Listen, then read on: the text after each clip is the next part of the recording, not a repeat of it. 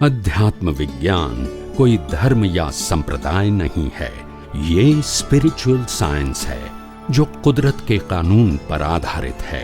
ये विज्ञान पूरे ब्रह्मांड के सभी रहस्यों को उजागर करता है और जीवन के सभी पहलुओं को समझने के लिए एक नई दृष्टि देता है।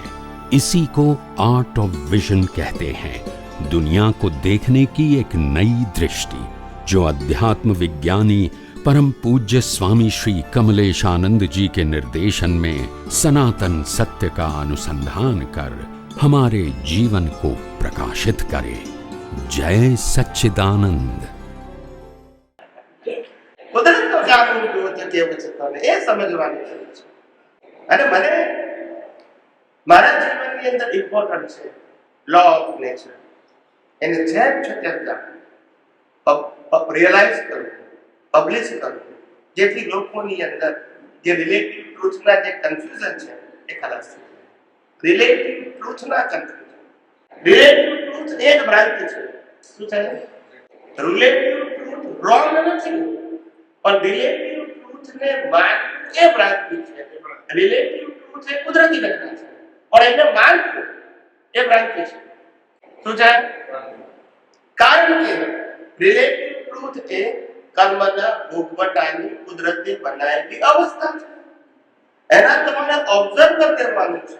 આ અવસ્થા મારી છે, મને થયું, મેં કર્યું, મેં બોલ્યું, મેં વિચાર્યું, હું બોલ્યું, એ માનવાની જરૂર નથી. ખ્યાલ આવ્યો ને? ધ્યાનની દાદા ભગવાન તો સ્પષ્ટ કહ્યું કે મન વચન કાયની અવસ્થા માત્ર की જરૂર છે. એમાં કે નવું આપણે કહેતા, આપણે તો આ સબ્જેક્ટને એનલાર્જ કર્યો, વિગતવાર સમજાવ્યું કે જેથી એની પાછળ રહેલું સાયન્સ લોકો સમજી શકે. સાયન્સ તો તમારી પાસે હતું, સાયન્ટિફિક વિઝન નતું. શું નતું? આધ્યાત્મ વિજ્ઞાને તમને સાયન્ટિફિક વિઝન આપ્યું છે. પ્રોસેસ સાથે કેવું? પ્રોસેસ સાથે. પેલું સાયન્સ હતું પણ સાયન્ટિફિક વિઝન નતું. જો સાયન્ટિફિક વિઝન હોય તો સામાયિક પ્રતિક્રમણને પુરુષાર્થ ટાઈટલ લાગુ પડે. પણ જો સાયન્ટિફિક વિઝન ના હોય તો ક્રિયાના કર્તા અને માલિકને ભોગતા છીએ તો સામાયિક પ્રતિક્રમણને પુરુષાર્થ પણ કહેવું પડે. પણ સાયન્ટિફિક વિઝન હોય તો મન વચન કાયની અવસ્થા માત્ર કુદરતી રચના છે. એટલે અતિક્રમણ એ પણ કુદરતી રચના અને પ્રતિક્રમણ એ પણ. કારણ કે બંને કોણ કરે છે? પ્રકૃતિ કરે છે. તો દેખ, આપણી પાસે સાયન્ટિફિક વિઝન નથી, એને કારણે આ બધા પઝલ થયા. નું નેક્સ્ટ સેશનમાં ડિટેલમાં કુદરતી કાનૂન અને કુદરતી રચના ત્રણ વસ્તુ જે આપણી આધ્યાત્મ વિજ્ઞાનની ફંડામેન્ટલ થીમ છે એ નેક્સ્ટ સેશનમાં બહુ જ વિગતવાર તમને સમજાવીશ. અને જેને ઓળવા પ્રયત્ન કર્યો ત્યારે એવા સંજોગો નતા કે લોકો સાયન્સ એક્સેપ્ટ કરે, એટલે પાછું ધર્મને આપવું પડ્યું. એટલે આ ડ્યુઆલિટીમાં ઓરિજિનલ સાયન્સ પછી ખુલ્લું, સેન્ટેન્સ રૂપે ખુલ્લું થયું, શબ્દ રૂપે ખુલ્લું થયું, સાયન્ટિફિક પ્રોસેસ રૂપે એક્સપ્લેનેશન ના થયું. કુદરતી કાનૂન અને કુદરતી રચના, એમાં કુદરતી રચના જેમાં શરીરની અવસ્થા અને બહાર દેખાતી સમગ્ર દુનિયા, સૃષ્ટિ, સૂર્ય, ચંદ્ર, તારા, ગ્રહો, નક્ષત્રો, ભરતીઓ, આ બધું જ કુદરતી રચના છે. એ સવારે વિગતવાર વિસ્તારથી સમજાવવા પ્રયત્ન કર્યો. અત્યારે આપણે કુદરત અને કુદરતી કાનૂન શું છે એ સમજાવવા પ્રયત્ન. કુદરત અને કુદરતી કાનૂન.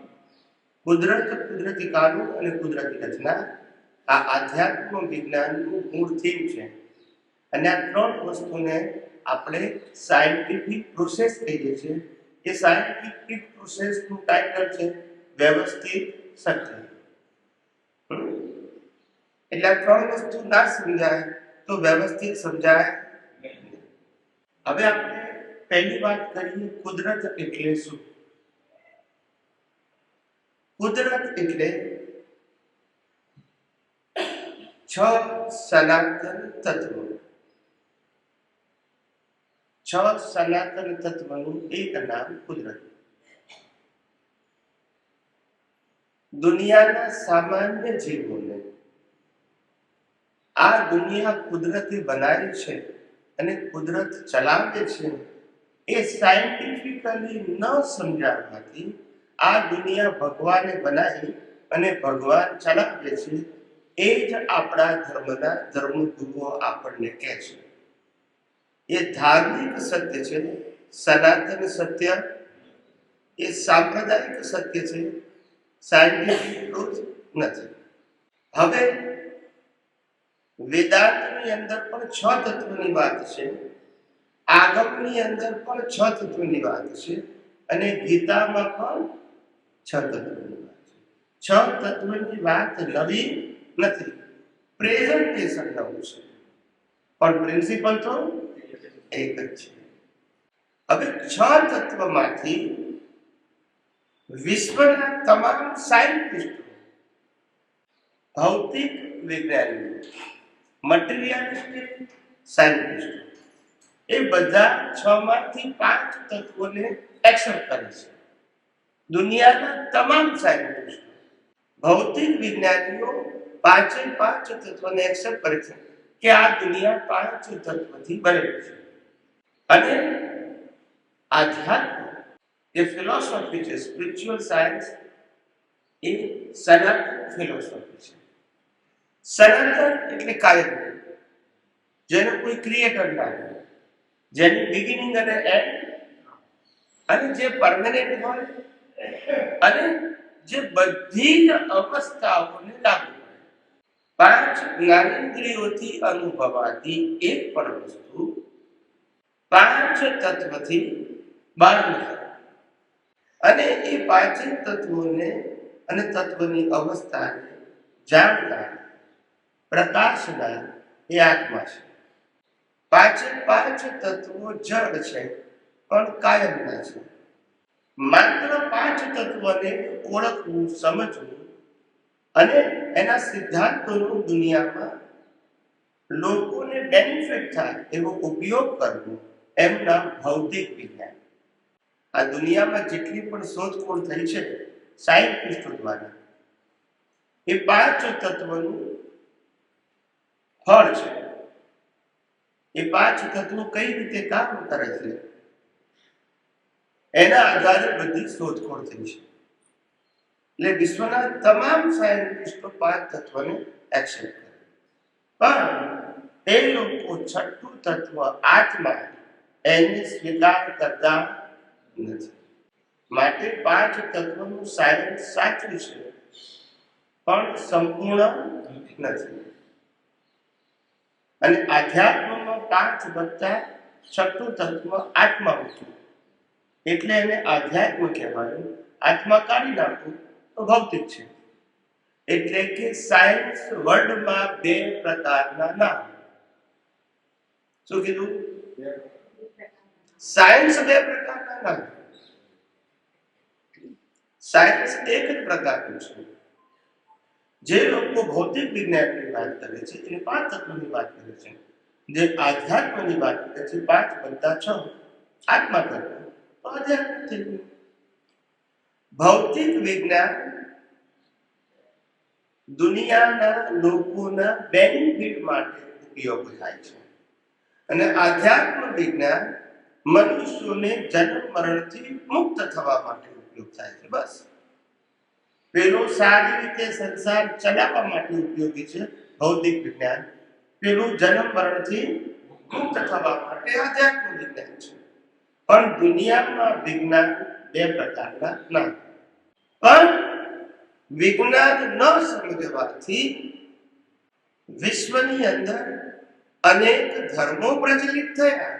વિજ્ઞાન અનેક પ્રકારના ના હોય. સમજાય છે? સાયન્ટિસ્ટો શોધખોળ અનેક કરી શકે, અલગ કરી શકે, પણ પ્રિન્સિપલ તો એક જ હોય. ધર્મમાં મહાપુરુષોએ જેવા કે રામકૃષ્ણ મહાવીર જેવા મહાપુરુષોએ એક જ વિજ્ઞાનની વાત કરી, પણ એમના ગયા પછી એમની પરંપરાના ધર્મગુરુઓએ વિજ્ઞાનને વિભાજિત કરી નાખ્યું. એટલે કીધું કે આ રામે કહેલું જ્ઞાન, આ કૃષ્ણએ કહેલું જ્ઞાન, આ માનવીને કહેલું જ્ઞાન. એટલે એક બીજા ધર્મવાળા સાંભળે કે સમજે? સમજાય છે? એક સાયન્ટિસ્ટની શોધખોળ બીજો સાયન્ટિસ્ટ એક્સેપ્ટ કરે. સમજાય છે? કારણ કે એક જ પ્રિન્સિપલ છે, પણ અહીંયા પ્રિન્સિપલ જ ના રહ્યા. એટલે હવે રામે કીધેલું જ્ઞાન માનું તો પછી કૃષ્ણનું ના માનું, અને કૃષ્ણને કહેલું માનું તો પછી મહાવીરનું ના માનું, મહાવીરનું માનું તો શિવનું ના માનું. કેમ? કારણ કે તમે વિજ્ઞાન નથી સમજ્યા, તમે ધર્મ સમજ્યા. Science is beyond religion. Science ધર્મથી ઉપર છે, જ્યાં સમાનતા છે. એનાથી નીચે આવો તો ધર્મ છે, જ્યાં વિભાજન છે. વિભાજન એટલે વ્યૂ પોઈન્ટ. શું કીધું? View point. અને સમાનતા એટલે યુનિવર્સલ. એ 6 તત્વની વાત હવે આપણે કરીએ છીએ. પહેલું તત્વ આવે છે ચેતન તત્વ, જેને આપણે આત્મા કહીએ છીએ. આ દુનિયામાં જેટલા પ્રકારનું જ્ઞાન છે, ચાહે લૌકિક જ્ઞાન હોય, ચાહે ધાર્મિક જ્ઞાન હોય, ચાહે આધ્યાત્મિક જ્ઞાન, આ ત્રણેય પ્રકારના જ્ઞાનની જનની આત્મા છે. આત્મા ના હોય તો જ્ઞાન શબ્દ જ ના હોય. કારણ કે આત્મા સિવાયના 5 તત્વો જળ છે, એમાં જ્ઞાન નથી, એમાં સંવેદના નથી, એમાં ફિલિંગ નથી. એટલે આત્મા તત્વ એક જ એવું છે કે જેને આધારે આ દુનિયામાં વિવિધ પ્રકારના વિવિધ લેવલ વાળા જ્ઞાન પ્રચલિત છે. અને જે જ્ઞાન નિર્વિકલ્પી છે, કેવું છે?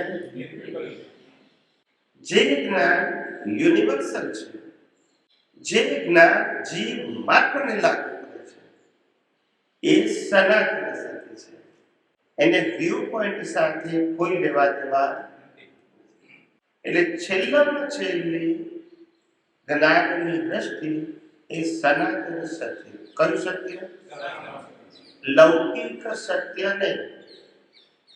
લૌકિક સત્ય હંમેશા વિનાશી, કારણ કે વ્યૂ પોઈન્ટ છે. સનાતન સત્ય યુનિવર્સલ બધા માટે એક સત્ય. એટલે રિલેટિવ સત્યથી સંસાર ચાલે છે, જન્મ મરણના ચક્કર ચાલુ રહે છે. અને સનાતન સત્યથી જન્મ મરણના ચક્કર બંધ થાય છે, કારણ કે વ્યૂ પોઈન્ટ નથી. સમજાય છે? એટલે આત્મા તત્વથી છે એ અજ્ઞાનથી વિજ્ઞાન સુધીની એક પ્રકારની યાત્રા છે. અને એ યાત્રા એ કુદરતની એક્ઝામ છે. કોની એક્ઝામ છે? કુદરત કે છે જ્યારે જીવ આ જગતનું સનાતન સત્ય સમજશે તો પછી કર્મ બંધાશે. અને કર્મ બંધાશે નહીં તો પછી હું એને જન્મ આપી શકું? તો પછી આત્મા ક્યાં જાય? કર્મ બાંધે તો જન્મ આપવું ને, પણ કર્મ ના બાંધે તો? પણ ના કેમ બાંધે? તો કે જે સનાતન સત્ય સમજે છે. તો કે સનાતન સત્ય સમજે ફાયદો શું થાય? તો કે છે હું શું છું, મારું શું છે, એને યથાર્થ સમજાય. શું સમજાય? કે હું ચેતન છું અને અનંત જ્ઞાન, અનંત દર્શન, અનંત સુખ, અનંત શક્તિ આ મારા ગુણો છે. ચૈતન્યતા મારો સ્વભાવ છે. આના સિવાય આ દુનિયામાં 5 ઇન્દ્રિયોથી અનુભવાતી સમગ્ર સૃષ્ટિમાં કોઈ જગ્યાએ હું કે મારું કશું છે, પણ તો પછી આ દેખાય છે શરીર એની અવસ્થા ને દેખાતી બહારની દુનિયા, તો પછી કોણ છે મારી નથી તો પછી તો એ જે દેખાય છે શરીર અવસ્થા દુનિયા એ શું છે? કુદરતી. હવે કુદરતી રચના છે માટે એને બનાવતા ચલાવતા બદલાવતા કોણ છે? કુદરત છે. હવે જે વ્યક્તિ એવું જ્ઞાન પામે છે કે હું શુદ્ધાત્મા સિવાય બીજું કાંઈ જ નથી અને શુદ્ધાત્મા સિવાય તમામ સૃષ્ટિ એ કુદરતી રચના છે, જેને જ્ઞાની પુરુષ દાખલા ભગવાનની અવસ્થા માત્ર એ જેને જોતા આવે તો પછી રાગદ્વેષ કેવી રીતે થાય? તો પછી માલિકી ભાવ કેવી રીતે થાય? કર્તા ભાવ કેવી રીતે થાય? ભોગતા ભાવ કેવી રીતે થાય? દેહાધ્યાસ કેવી રીતે થાય? કારણ કે આ બધી વસ્તુ કુદરતી રચના છે. માટે એ જીવને તો પછી કર્મ બંધાતા, કર્મ ક્યાં રાગથી બંધાય, ક્યાં દ્વેષથી બંધાય. અને રાગ દ્વેષ થવાનું કારણ કર્તા ભાવ, મેં કર્યું તે કર્યું તેઓએ કર્યું, મારું છે તારું છે તેઓનું છે, મેં ભોગવું તે ભોગવું તેઓએ ભોગવું, અને દેહાધ્યાસ એનાથી જ કર્મ બંધાય. તે સિવાય કર્મ બંધાતા નથી. સમજાયું બધાને? એટલે પહેલું તત્વ એ ચેતન, અને ચેતન તત્વનું મહત્વ મેં તમને વિસ્તારથી સમજાવવા પ્રયત્ન. ચેતન તત્વમાં જ્ઞાન ગુણ છે, અને જ્ઞાન ગુણના 3 કેસીસ: જ્ઞાન, અજ્ઞાન અને અજ્ઞાન. એટલે રિલેટિવ સત્યને ન માનવું એનું નામ અજ્ઞાન, રિલેટિવ સત્યને માનવું એનું નામ જ્ઞાન, અને સનાતન સત્યને માનવું એનું નામ વિજ્ઞાન. જ્ઞાન અજ્ઞાનથી સંસાર ચાલે, વિજ્ઞાનથી સંસાર. કારણ કે વિજ્ઞાનમાં વ્યૂ પોઈન્ટ, જ્ઞાન અજ્ઞાનમાં વ્યૂ પોઈન્ટ હોય. શું હોય? હું જૈન હોઉં અને મહાવીરને માનું તો જ્ઞાન કહેવાય, ના માનું તો અજ્ઞાન કહેવાય. હું વૈષ્ણવ હોઉં પણ કૃષ્ણ ભગવાનને માનું તો જ્ઞાન કહેવાય, ના માનું તો. એટલે જ્ઞાન અને અજ્ઞાન બંને રિલેટિવ સત્ય છે. એ પાપ પુણ્યના કારણો છે, એ મુક્તિના કારણો નથી. એટલે આવી રીતે આત્મા તત્વની ઇમ્પોર્ટન્સ છે. પછી બીજું તત્વ આવે છે જડ તત્વ. આ 5 ઇન્દ્રિયોથી અનુભવમાં આવે પછી આ શરીરની બધી અવસ્થા એ જડ તત્વની જ અવસ્થાઓ છે, ચેતનની અવસ્થાઓ ના. જેટલી પણ અવસ્થા દુનિયામાં દેખાય છે, શરીરની પણ અવસ્થાઓ અને શરીર પણ, આ બધું જ જડ તત્વની અવસ્થા છે. અવસ્થા ટેમ્પરરી અને એલિમેન્ટ. માણસ પંચ મહાભૂતો થી બને છે અને પંચ મહાભૂતમાં વિલીન થઈ જાય છે. તત્વનો નાશ ન થાય, અવસ્થાનો નાશ થાય. સમજાય છે? આ મકાન પણ રેતી, સિમેન્ટ, લોખંડથી બનેલું છે, અને જ્યારે આ મકાન ડિમોલિશ થઈ જાય ત્યારે રેતી, સિમેન્ટ, લોખંડ બધું શું થઈ જાય? ખલાસ થઈ જાય, એની અવસ્થામાં રૂપાંતરિત થઈ જાય. લોખંડ ઓગળી જાય અને રેતી, સિમેન્ટ બધું એક જ સરખું થઈ જાય, મોલેક્યુલ્સ. આવી રીતે આ દેખીતી બહારની દુનિયા એ બધી જળ તત્વની અવસ્થાઓ છે. એટલે બીજું તત્વ આવ્યું જળ તત્વ. તત્વ પરમેનન્ટ અવસ્થા અને ટેમ્પરરી દેખાતી અવસ્થાઓ એ કુદરતી રચના અને એલિમેન્ટ. તત્વનો નાશ ન થાય, અવસ્થાનું બિગિનિંગ અને એન્ડ. આત્માનો નાશ ના થાય, શરીરનો જન્મ જીવન મૃત્યુ. આત્માનું જન્મ જીવન મૃત્યુ